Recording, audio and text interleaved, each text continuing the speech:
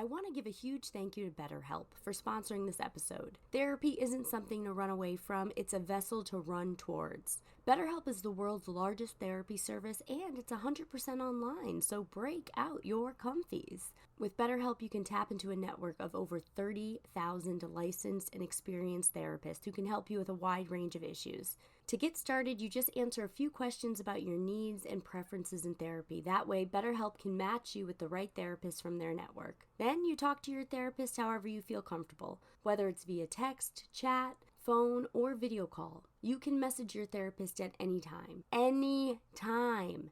And schedule live sessions when it's convenient for you. No more fumbling to get a session on the calendar. You schedule based on when the time is right for you. If your therapist isn't the right fit for any reason, you can switch to a new therapist at no additional charge. Therapy changed my life for the better. Pun intended. And with BetterHelp, you get the same professionalism and quality you expect from in-office therapy, but with a therapist who is custom picked for you, more scheduling flexibility, and a more affordable price. Get 10% off your first month at betterhelp.com/Rocky. That's betterhelp.com/Rocky.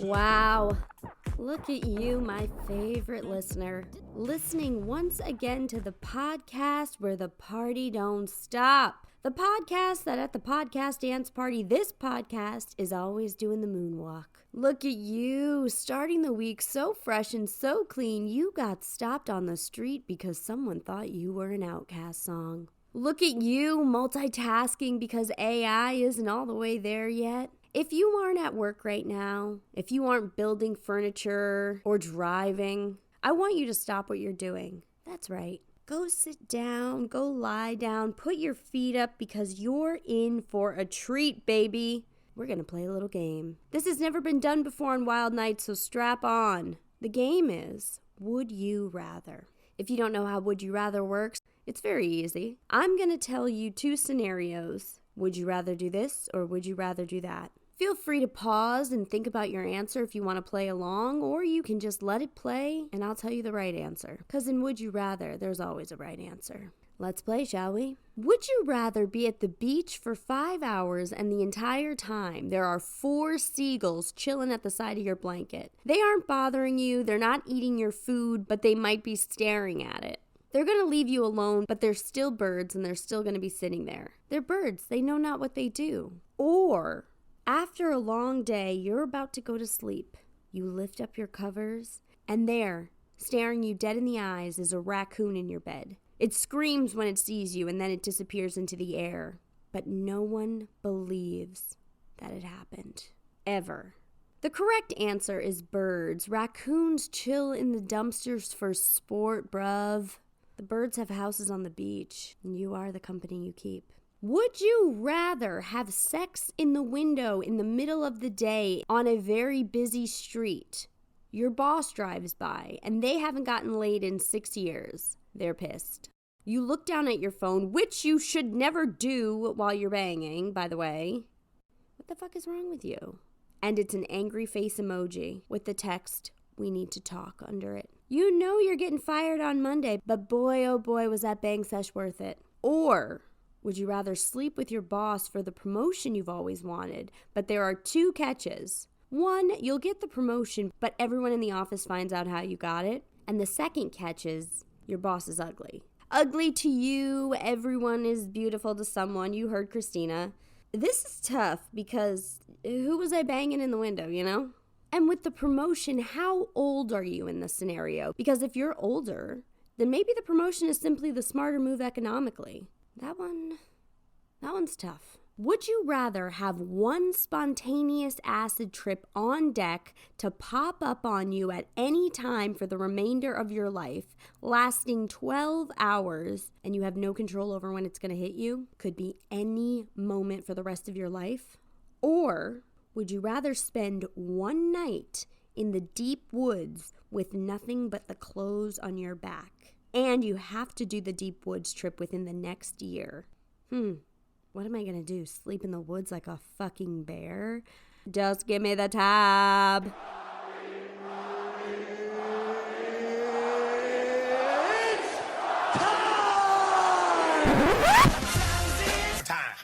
Duh.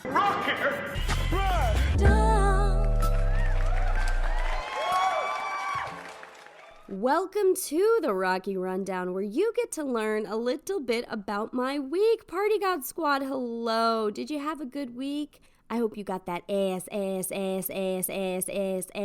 Or, if you wanted to get high, I hope you smoked that grass.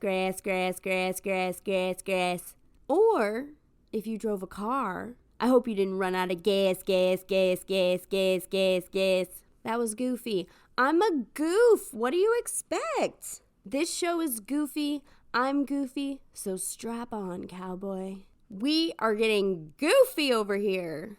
I celebrated my friend Rich's birthday this weekend. You know Rich Templeton. If you don't recognize Rich from his most recent almond milk commercial with Cookie Monster himself, then maybe you recognize him as the first ever guest on the pod. That's right, Rich was the first member of the Party God Squad. So boy, oh boy, is that a treat for you if you haven't listened to episode 1. Take it all the way back. This man threw a hell of a party. Some of the funniest improvisers in New York City were there. It was at Bar-cade, which I think is around the country, but there's a couple in New York. Bar-cade is just adult Chuck E. Cheese without the physical prizes. But isn't every moment a token and every memory a prize? In cash, I had on me $14, and the denominations were 110 and 4 singles. This is important because I wasn't breaking that 10, but $4 in tokens I could stretch. The games are really reasonably priced there, and that's just good business. I mean, these were sock hop prices, for God's sakes. 1 token per game? It's like the word recession doesn't exist in Bar-cade. I still didn't have the heart to break the 10. Then, within 10 minutes of being there, 1 round into Qbert, a nice young gentleman, about 5'7" vertically in length, and carrying a very clean aura, comes up to me and says, "Hey, do you want a bunch of free tokens? We're leaving." That'd be great, actually. Did he know I wasn't going to break my 10? He not only gave me at least $7 worth of coins, him and his friends gave us their table in this incredibly packed bar where real estate was as scarce as an Oscar in Tyler Perry's house. The Oscars are overrated, T, and Medea Homecoming made me laugh harder than anything these plebes have ever said to me in their goddamn lives, okay? The elephant in the room is he's snubbed season after season, and none of us even remember who won Best Picture in 2022. The point is, there weren't a lot of seats in this bar for large groups, which we were a large group. Thank you, young sir. Everyone send this kind stranger some mental good vibes. Now that I have all these extra coins, your girl starts to get absolutely reckless with the tokens. I'm out here coming in 32nd out of 40 in the racetrack. I'm shooting coffins full of ghosts. I'm defeating enemies in a time travel warp. It was literally like being at a grown-up playhouse for adults where you can go outside and smoke weed and then come back inside and play Pac-Man. People are out here uptight in the American rat race. And the cure is honestly a couple rounds of Crazy Taxi. While this escapade of wonderment continued, I was about to hold it down in the Wild West. Pew, pew! And I stick my finger in the token slot. I thought I dropped my token in the wrong hole. And guys, there was another handful of tokens. They were just chilling in the slot. Add it to my pile, baby. Qbert is not going to play itself. Happy birthday to you, Rich. Thanks for the new shroom goggles. That brings us to Rocky's highest thoughts, my most stoned thoughts of the week. Number 1. One day, Alexa's gonna talk first, and we're not ready for that. Number 2, I have been over here thinking Bronzino was called burrata, and that the fish and the cheese had the same name. And then there I was, stoned, eating a blue cheeseburger at a bar, and it finally clicked. Bronzino is the fish, burrata is the cheese. The two are not the same. Number 3, I can tell the Hollywood life I've always dreamed of is right around the corner. Not because of the company I've been keeping lately, but because I've been getting ads for Ozempic.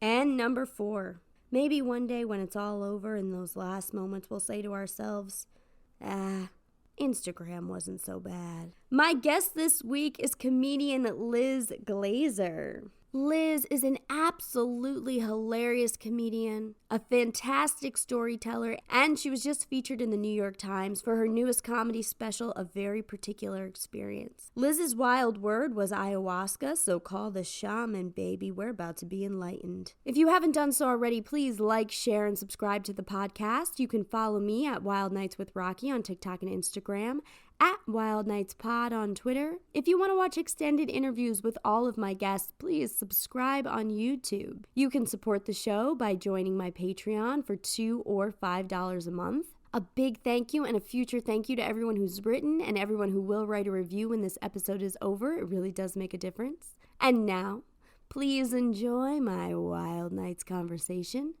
with Liz Glazer. Liz, welcome. Thank you for doing the podcast. Thank you for having me. I'm really excited. See, I have known who you are for a very long time, and we share a couple mutual friends, actually mutual friends who have been on the podcast before. Lisa Mendel, Megan O'Malley. Wonderful people. Wonderful people. We love them. And a few months ago when you recorded your special, I went to it with them. Thank you. Special. I had to stand the whole time. That's how many, just so everybody's listening knows, that's how many people were in the audience. It was standing room only.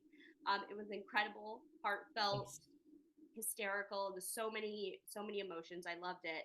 But then a couple days later, I was bartending on Broadway for the show Anne Juliet, and then I saw you.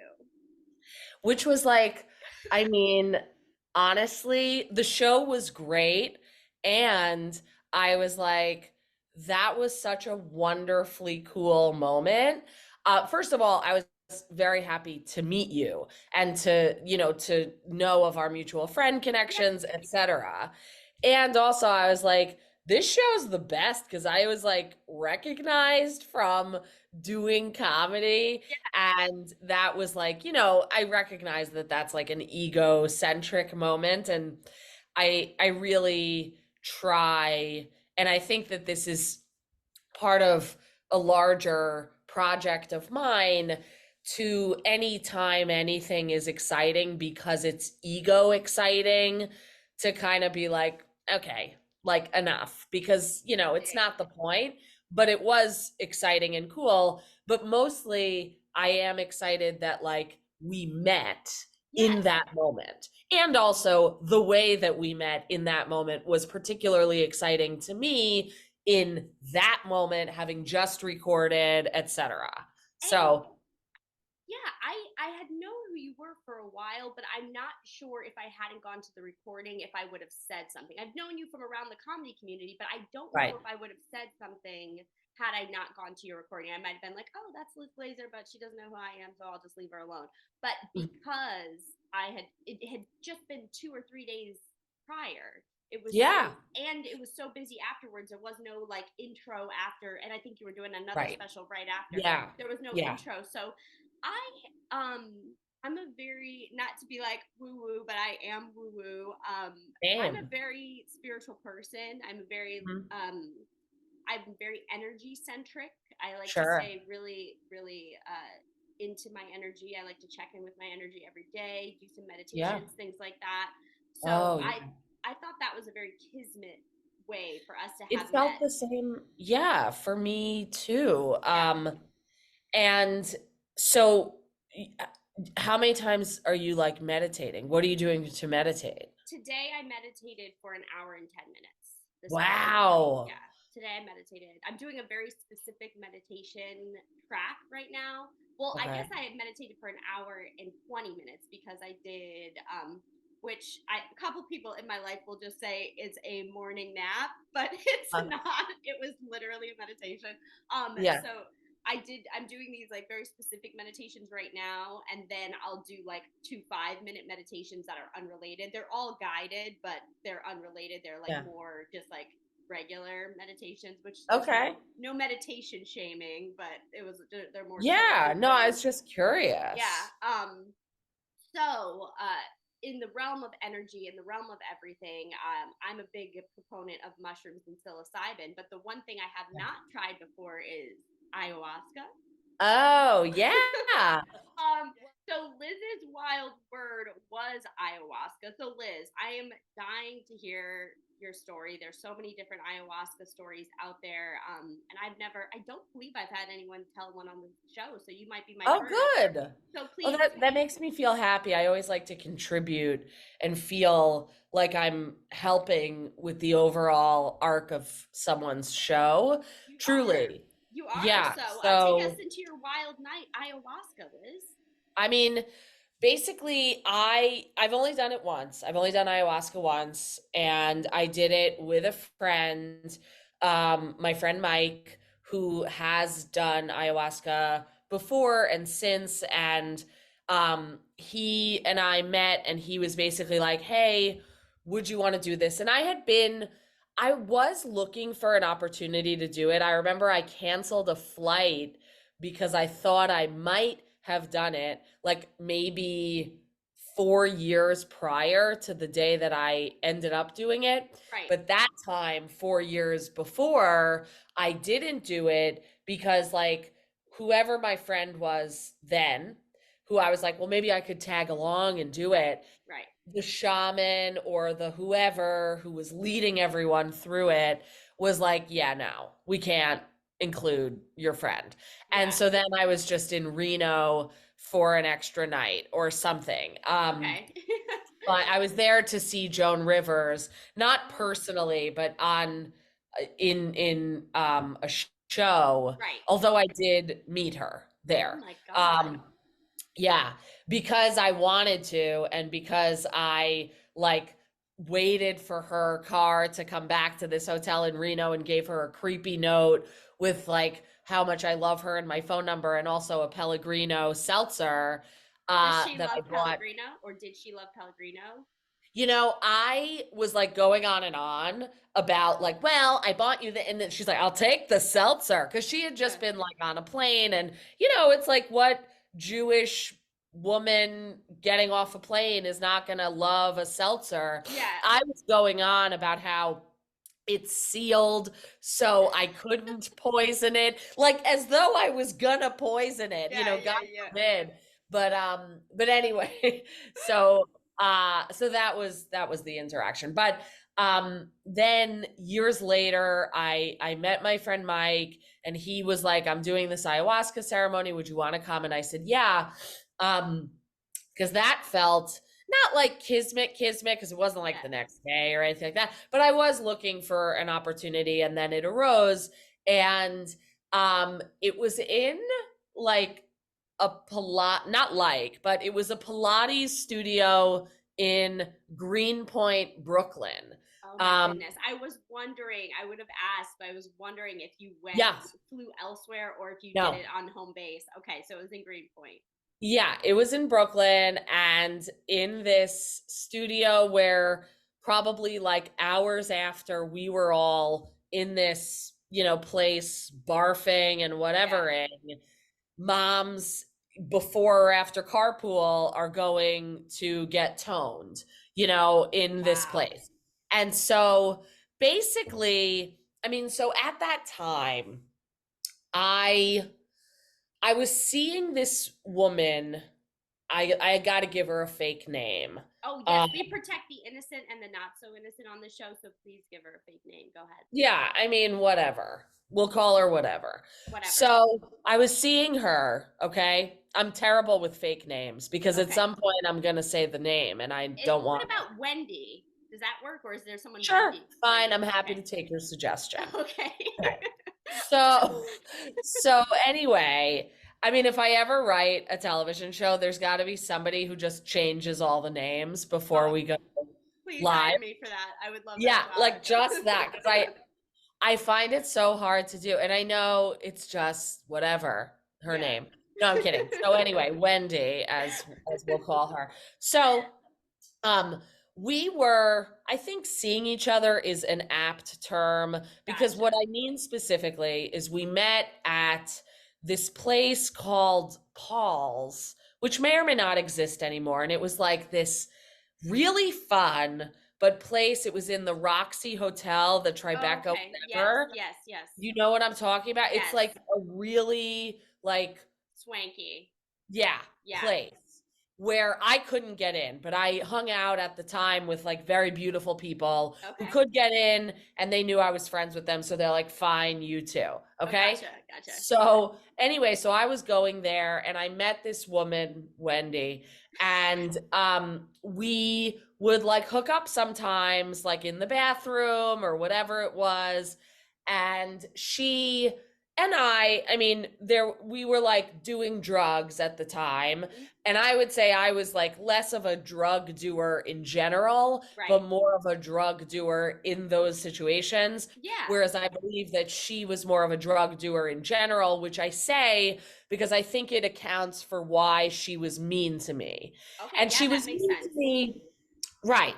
She was mean to me in ways that I don't know, like it's like she wouldn't text back. She would actively say mean things to me, but I interpreted that cruelty as like attractive. And I think that that's a point related to like gay shame, honestly, because I am gay. Hmm. I have been gay always. And when I came out, it was like really not accepted in my Right. family, in my school, etc. And I think as a result of that, anyone who I ever was with romantically was like with me in spite of themselves. And so, one of my first girlfriends, like right after we hooked up for the first time, she says to me, she's like, my husband will never know about this. Okay. And she was not dating anyone. Like, this is just the world of like, this is a secret. This is bad. And that was all I knew and all I ever expected, I think. And you weren't Really. in a place where her saying that to you, you were like, well, fucking deuces then, because I'm not gonna be this person. You felt like, oh, okay, I'll be your hidden, like your dirty little secret, kind Yeah, of. kind Yeah, of. I mean, yeah. and I think also it was like I was 20 at Of the course. time. So, What you know, tools do you have in your toolbox at that point? Of course. yeah, I guess so. But I really do believe, and I really do believe that that kind of like, okay, maybe I'll keep you on the side is Hmm. like the best I could have done because I really wasn't raised to believe, nor did I have any role models to look at that had successful same-sex relationships. Gotcha. And I think that carried over into, I mean, this was like my 30s. I'm 43 now. Hmm. And so whenever it was, so what is it? I can get particular. So this was like 2016. So whatever that is, I'm 43. I'm always Minus bad at this seven. kind of math. Yeah. So 36. Okay. So I was 36. And so, at that time I was like more grown up. And yet I think I still had as this condition that somebody not liking me kind of actively was attractive to me. Gotcha. And so anyway, so that was sort of the vibe with Wendy. And Hmm. we would like hook up late at night sometimes when she would be like, "Hey, what are you doing?" You, It wasn't yeah. great. Right, exactly. Like very like fuck girl, I Hmm. guess, Yeah. of her. Um but she had this black kitten. Okay. Cutest kitten. I'm a cat person. I'm a Hmm. lesbian, very stereotypical, but I fall right into that stereotype. I have cats. I love cats. I mean, I have 200,000. But anyway, so I no, I love cats and she had this black kitten, okay? Okay. And I would go over to her house and I would play with the cat. The cat loved me. She loved the cat. She loved that the cat loved me. She loved that I loved the cat. Everything with the cat. And I know that there's pussy jokes in here, Right. but I really mean it as a cat, Yeah. okay? And this was, you would go over there, but she was with someone. Well, she was with a bunch of people, Gotcha, gotcha, but gotcha. she wouldn't be actively with someone like when I was over. Cute, That literally the cat I'm house sitting for jumping in the shot. Yeah. Hi. So, hello. Oh, hi. I do really love cats. So anyway, so we meaning me and the cat and Right. Wendy to a degree would have this rapport around the cat. And the thing is, the way she was with the cat, I think this might have even risen to the conscious level, but certainly at the or subconscious level, I was like, well, she can't be that bad if she's nice to this cat. I mean, that book about movie writing is right? Yeah. Save the cat. We love the character, whatever it is. Okay. Right. So I really was like, again, sometimes I think I was conscious of it. Other times I think it was sort of below the surface, but I was like, Yeah. how bad can she be if she's like nice to this cat? I mean, she's keeping the cat alive, whatever. Yeah. So anyway, so I go to this ceremony with my friend. And I mean, for a drug ceremony, these people are very organized. Okay. Yeah. I got a PDF in an email like a couple days, the week of, here's what you can and can't eat. It's basically don't eat, Yeah. and you can't have anything. And so fine, don't have any other drugs, like I guess obviously, just like clear your system so you can like let the Aya, that's what they call her for short, work her magic. Okay. So anyway, so I get the PDF and I'm like doing my stuff and, texting back and forth with Wendy as I did at that time in my life. And then it's time for the ceremony. I was pretty excited. I think we show up. It was pretty early. It was like 8:30, I think, is when you show up. You set up your yoga mat and they give you a Tupperware. Everybody gets their own clear Tupperware with a plastic bag lining it because you vomit. And they say you might not vomit. I can tell you, everybody in this Pilates studio was hurling their brains out, okay? Gotcha. And it doesn't smell because nobody's eating nothing, for like days. And so anyway, so you're just vomiting up the ayahuasca essentially. Correct. Yeah. Gotcha. So, and I know I'm jumping back and forth, but that's kind of how I do with stories. So anyway, so we get to the place and I see my friend and I don't know that I could have recognized anybody else in the ceremony, but it's like lining, the perimeter of this studio, like about how many people? 10 people-ish? Yeah, maybe a little more, like between 10 and 15, I would say. Okay. Something like that. And I remember it cost, I think it was $250. Okay. Yeah, and they, come around, take the cash from everybody. That happens. And then there's like some waiting. I think the shaman starts singing. There's definitely singing during. Like I remember when I was full in it, there's like he's like a chazan, okay? Like really chazaning it up. Okay. And so, but anyway, you're sitting and at some point they turn off the lights and you're kind of in your yoga mat, everybody is. But before they did that, my friend Mike, he was like, hey, sometimes people say that you should set an intention. You don't have to, because he's a wonderful guy and that's like his personality. You don't have to, but like to the extent that people, I don't know if he said it exactly that way, but whatever, like if you want to do it, maybe do it. And I don't remember if I said it out loud or if I said it just to myself, but I was like, listen, if this stuff could excise out of my brain, whatever part is texting this Wendy back, I would love to, because I know that she's bad news for me. I know it's not good for my life. I know I'm not moving forward with good things while texting her. However, I can't stop. And, I have evidence for that because look at my phone receipts. It's just bad. And I don't want to do it anymore. And so that was my intention. Okay. And I didn't have like any specific expectations for the ayahuasca, but I was like, listen, if something could happen that would take that out, then great. Yeah. Fine. So then lights go down. I drink the stuff. It's kind of like a purple, blackish purple color from my memory. And it's dark. And also because it was this Pilates studio, the only light in the whole place was the exit sign in the room. Okay. And so that's, you just see, like a dark room with only an exit sign illuminating, no other lights. And at some point, and really the effect of it, I just remember it was almost like a clarity where I was like going through my email inbox, but like, you know, when you're just like getting stuff done, Yes. it kind of felt like that. Like I was like going through memories. I was like, that's what this means. That's what this means. And I don't know if I don't really remember all of it, but Yeah. that's the feeling of it. And I think I actually remember going to the bathroom and like talking to myself in the mirror. Yeah. And I wonder what I said. It was something about writing a television show. I remember that now. Normally I don't remember that in the story. But anyway, so then it's I hurl, I vomit, okay?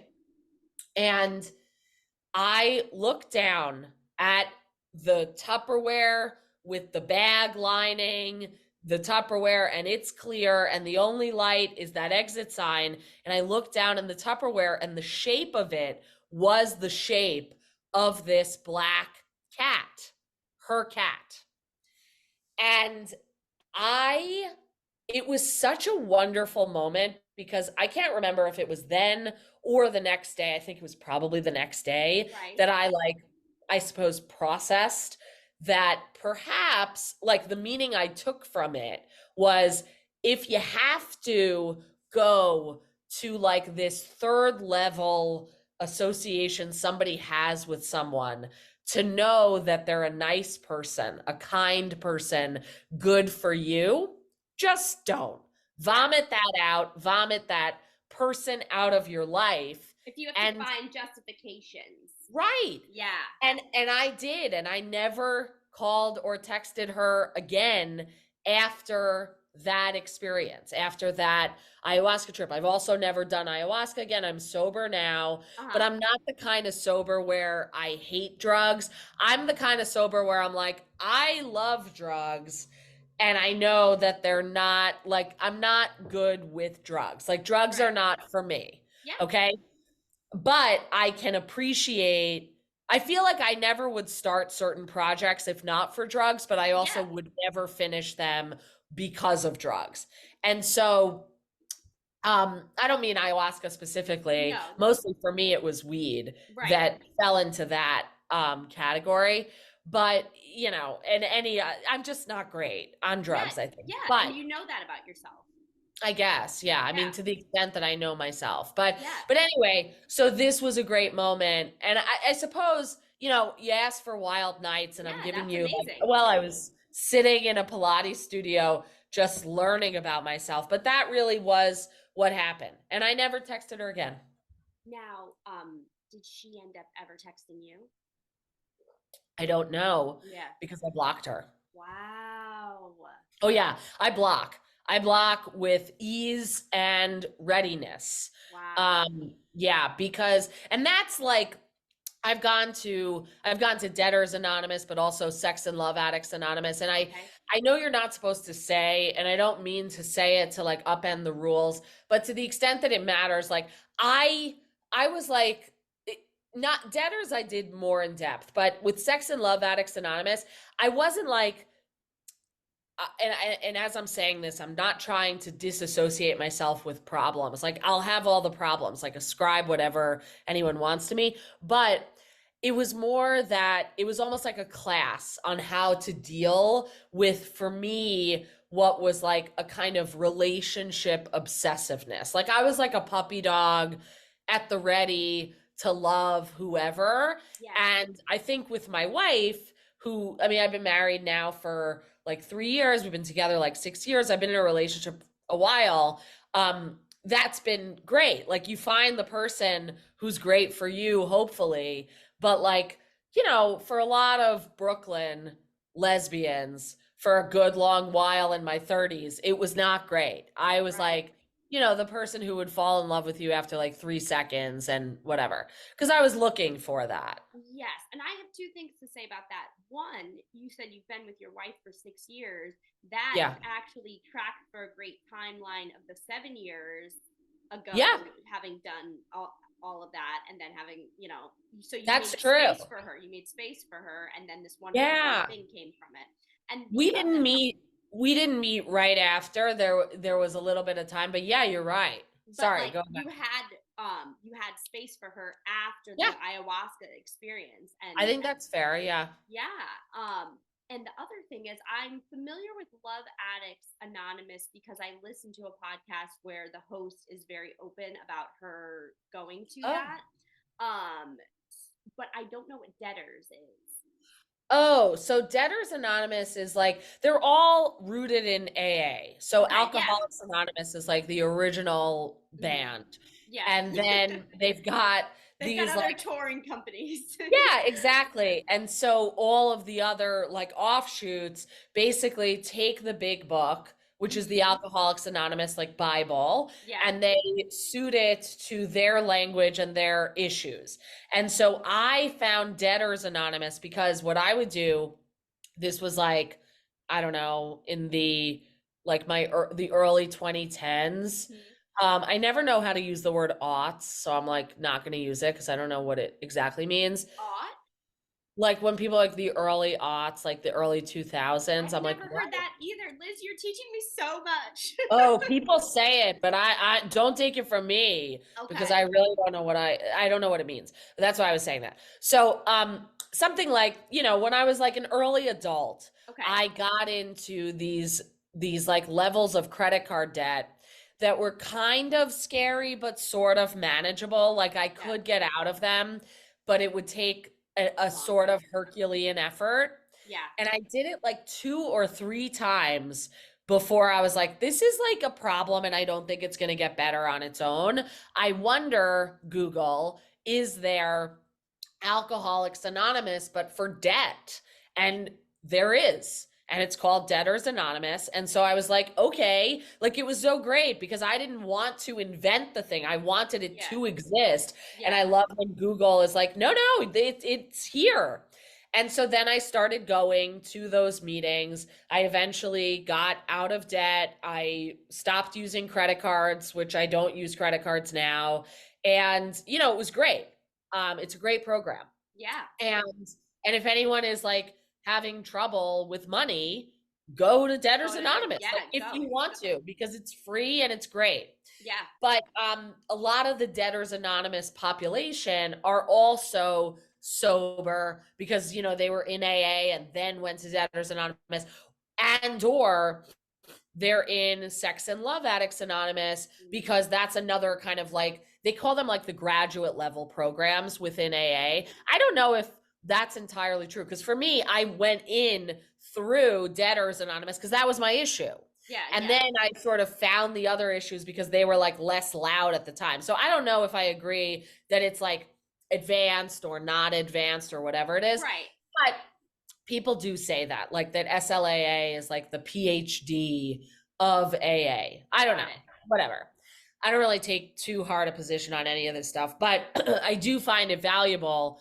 And I went into Sex and Love Addicts Anonymous because I was in a breakup. This was post ayahuasca, by the way. Okay. And I was talking, I had broken up, this girl broke up with me, Okay. and I was really upset. I was talking to one of my Debtors Anonymous friends about it, and she said to me, she's like, you sound like you're in withdrawal, which is one of the druggy words that they use for relationships. Because you get addicted to people.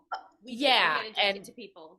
right. And it's like, then of course there's like the debate that arises for some people of like, but that's not an addiction. It's like, yeah, maybe, but it's Yeah. also like, who cares if it's making your life unmanageable? And there are these tools that this program has to help. And I'm not saying it for anybody else but myself, but that's Right. how I've been. Because I'm like, I don't know whether sex addiction is real or people addiction or relationship addiction is real. All I know is after someone, even takes any interest in me, I'm checking their Instagram for the rest of my GD life. Yeah. And I don't want that. I don't want to have to make rounds. And I want that part of my brain to be like rerouted. Right. And so for me, that was like the thing is like, why do I like fall in love with anyone right away? And also, then why can I never let go of them? Yeah.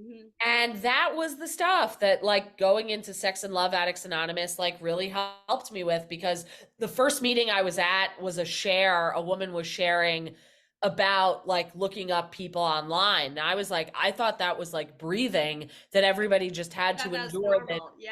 Yeah, it's normal and it's painful, but it's a pain we all normally have to endure. Right. Like, rather than like, oh no, you can stop this behavior. And I know it might sound dumb or simplistic, but like it really was a big light bulb for me at the time. And so yeah, so I do those programs and the debt program. The debt program was basically like, hey, what's like your stuff that you do? And so for me, it was like, if I have a credit card, I'm going to max it out. Yeah, that's And it. I'm going to be in a hole for like a few months where I'm trying to catch up and pay this one or that one. And I was like, yeah, it's really stressful and I don't need or want that stress, certainly. But I don't think without the program, I gave myself permission, A, to admit it was even a thing, and Right. B, to do something about it. Yeah. Wow. And I want to jump back just a little about the looking up people, because Yeah. I'm a woman in the dating world, and unfortunately for me, I am interested in men, and Yeah. so I'm dating or like going out on dates with all these cis men, and I have gone out with men before that have been lying about their identity or just been Right. playing weird, and it's already a scary thing to go out with anyone, because anyone Yeah. can be unwell or do something, but with men there's the added physical threat too, you know what I Fair. mean? Yes. Yes. And I find myself, you want to Google them before you Yeah. go out on a date. You're like, of course I'm going to Google you. Like, I've Yeah. got to make sure you say who you are. And even if you Google someone, they could be lying. They could be 10 steps ahead of you and be lying about their LinkedIn. I went on a date once with a guy who was like totally lying about everything. And Mm. before the date, it said he was like the chief data analysis of something. And then after I figured out he was lying about everything, I realized he spelled chief wrong. Ha. So it's like, Yeah. oh my God, you see what you want to see. Sure. And I can see how you're saying, like, looking up people, I can see how you go in that spiral, because there's so much information at our fingertips that it becomes Sure. like, I just want a little bit more, I just want a little bit more, but you have to find a balance and be careful with that, and that can be Yeah. difficult at times. I can get that. Yeah. And like, for me, it was, I can appreciate with, dating men that would be a thing. And I'm sorry for your heterosexuality, but, but also like, for me, it was like, okay, it was less pragmatic. Right. It was more just like, I want to know everything about this person. Okay, I Yeah. gotcha. And I mean, yeah. So anyway, I'm happy that I don't do that anymore. But Yeah. that's why we got on this, because I said about blocking. Yes. And blocking is something that like people in those programs, at least when I was there and what they were saying, it's like, okay, well, just block that person. And I was like, yeah, all right. And so Out of I sight, out of really, mind. yeah, like, I mean, I've done it like somewhat liberally, because, you were saying about energy at the beginning of this conversation. And I agree with you, like in terms of protecting energy and how really we all are just energy, right? Yeah. That's a life force and whatever, I think. And like if someone is getting at me, my attention in a way where I'm like, I can't just have my phone be this bomb that might go off because you text me, blocked. I mean, Yeah. unless I'm related to the person, Of course, of but course. yeah. But I mean, thankfully, I don't have people I'm related to who fall into that category. But like, That is, yeah, yeah. it's just like I've done it for people who are not romantic interests also, where I'm just like, I don't know what this is about, but It's not me and it's not for me. And no. No, absolutely not. And Yeah. I also want to say, well, first of all, thank you for sharing all that, Liz. Oh, yeah. That was so rich, and the story was. Sure. And also, I have my own preconceived notions about ayahuasca. Uh, I'm not like I'm very open to particularly mind expanding drugs. I'm very open to, and yeah. I've had kind of a little bit of a block with ayahuasca personally, and I would love to get past that. So I like Oh, hearing a positive experience from that makes me feel really good.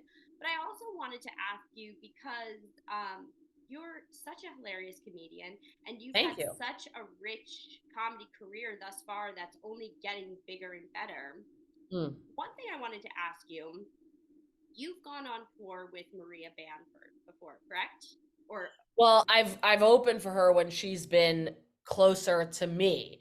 So we gotcha. haven't gone on tour together, but I've opened for her in Fairfield, Connecticut and Amazing. Port Washington and South Orange. Amazing. So that is somebody, Maria Bamford. I remember when she hit the scene, it was like, well, she's been on the scene, but when she had her TV show and she was having like her really Yeah. hot moment, I'm a person that believes, like you said, the Joan Rivers story. We're always learning from the class above us, Yes. right? Oh, Like yeah. we're always pulling nuggets of wisdom from the people above us, so then we can create our own nuggets of wisdom and pass them on. When you were opening for her, did she pass on any nuggets of wisdom to you that you felt like Oh, I could pass on to the world? And if so, what were yeah. they? Sure. I mean, well, first of all, Maria is a friend. Mm-hmm. And so, in addition to opening for her, which I was so thrilled to get to do, I also chat with her frequently, Mm-hmm. which is such a gift in my life. And often when we're chatting, I'll write stuff down for the exact reason that you're saying. I mean, one is like, relax even more. Like, what would it be like if I could relax even more, is something that she said. She wasn't, because Maria, for anybody who knows Maria, like, it's not like she's saying, like, here is my advice to you. It's more like, Yes. here's what I might tell myself. And, I'm thinking out loud, and I'm like, that's a good one. Mm-hmm. And so that's the vibe, just so that, people understand. And I have that one, like, relax even I more. love that. Yeah, written down in my office upstairs. And so I think about that because it was, in the context of like, what if it's a moment where I would be likely to tighten up and I could rather relax even more. Yeah. The other thing is, before we went on stage and every time I've performed with her, um, she'll ask, what's your vision for the night? Yeah. Um, and then she'll share her vision, but it's like, what do I want?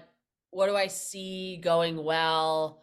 What do I want to achieve in, like, not like achieve like I want to kill or something like that, Yeah. but like I want to, interact with however many people in the audience or whatever it might be.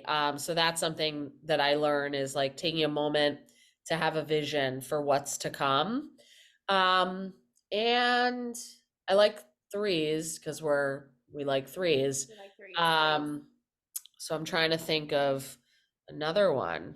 I imagine it'll come to me. But yeah, I mean, she's the best and has like so many gems. And I feel like the two of you paired together, that's somebody, whoever is in the audience for that is in for an amazing show. And Oh, because thanks. you are such a great storyteller, and one of the things that's wonderful about your storytelling is your ability to be vulnerable. Hmm. And I almost feel like you're like, I had to go through the muck of this experience, good, bad, ugly, whatever. You had to go Yeah. through the muck of this experience. So I'm going to make the audience go on this ride with me, and they don't know what they're expecting. They don't know what they're going to get. And I'm going Hmm. to take them with me. What do you feel like? What I'm trying to say is your comedy is extremely vulnerable. Oh, What thanks. do you feel is the benefit? What's benefited you about being so vulnerable in your comedy? Well, what's benefited me about it, I think, is the ability to go through some of the stuff. I mean, Yeah. I recorded an album about stillbirth, which was Yeah. something that happened to me, and in putting that hour together, it was healing, certainly for me. And you know, I hope, and it seems that, like, you know, people in the audience also found it useful and funny and interesting and powerful, which And is maybe even great. relatable. Maybe there was someone there who felt they could Yeah, relate to well, it. there were, Yeah. yeah, people there. And so, you know, yeah, so for me, I don't know. I'm the question is a good question. I wonder about the answer being as good, because it's kind of like, it's not like a choice that I've ever made exactly to be vulnerable. Um, but I just think that it's the way, and Yes. so I do it. Yeah, Um, I wholeheartedly agree with you on that, and it's such a challenging thing to do when you don't have a mic in your hand too. Like it's like sure. when you have a mic in your hand, it's extremely challenging to do something like that. But it's also like I've got the power right now, like Sure. all eyes on Yeah. me. But I challenge everyone else in regular life to take those opportunities to be vulnerable, because I agree with you. I couldn't have said it better. It is the way. So, Yeah, Liz, I think so. I mean, you know, I always hesitate with like telling anybody else like how to do anything, but yeah, I think for me it's been the most gratifying way to do this work. right, Um, I think that, you know, for me specifically, coming from law, which was like what I did earlier, right. you know, in that career, and maybe there's lawyers or law professors who would challenge this assertion, but I would find it to be a pretty interesting debate, because I think that, like, in law teaching and law practice, vulnerability is exactly what not to do, Right. or what, you know, people say not to do. Because it's like literally you're defending, right? Yeah, Like that's like on you're the defense. defending your position. And I don't know. I mean, I imagine like yeah, that's an interesting conversation, I Mm-hmm. imagine, for law professors to have, because I do think that there's a real advantage to being vulnerable, because I think people listen more, Mm-hmm. because then they can relate more, because really we're all like scared children. Yeah. And so if the person who has the microphone is owning that, then I'm like, yeah, me too, you know? Well, Liz, I cannot thank you enough for your Thank you. story, for this conversation, for sharing Same. your time. This was Yeah. so much fun. I feel like I So much learned fun. so much, and Same. you've changed my views on ayahuasca a little. Not that I had any. I know there's so many positive benefits, um, but I just have been like, I don't know if that's something I I mean, should do. I'm not here peddling You're not that. like, hey, I know this Pilates studio, but Yeah. it is good to hear. Like I do like to hear about the positive experiences. So, and the strength that it gave you afterwards to just be like, block. I'm not very good at the block button. Oh, sure. Sure. I'm not very Yeah. good at that. But maybe one day. So, Liz, will you please let everyone know where they can find you and follow you so Yeah. they can keep up with you? Totally. Yeah. The best way is my website, dearlizglazer.com, like you're writing me a letter. And that'll link to my Instagram, which is Liz Glazer, my TikTok, Liz Glazer, Facebook, Liz Glazer, Twitter. My Twitter was hacked, which I knew because a friend of mine was like, do you know that your Twitter is posting every hour about cryptocurrency? Which anyone who knows me knows I would post about cryptocurrency max once a day. Just kidding. But yeah, so I essentially don't have Twitter anymore, which is fine, because Yeah. I wasn't a huge tweeter. But yeah, Liz Glazer on everything, and Dear Liz Glazer for my website. And the album is called A Very Particular Experience, and you can find it on iTunes and Bandcamp and Spotify, and basically wherever you listen to a song, you can find it. Go find it, everybody. And Liz, Please. you and I will talk soon, all right? Yes. All right. Thank you so much. Bye. Thank you, Rocky. Bye.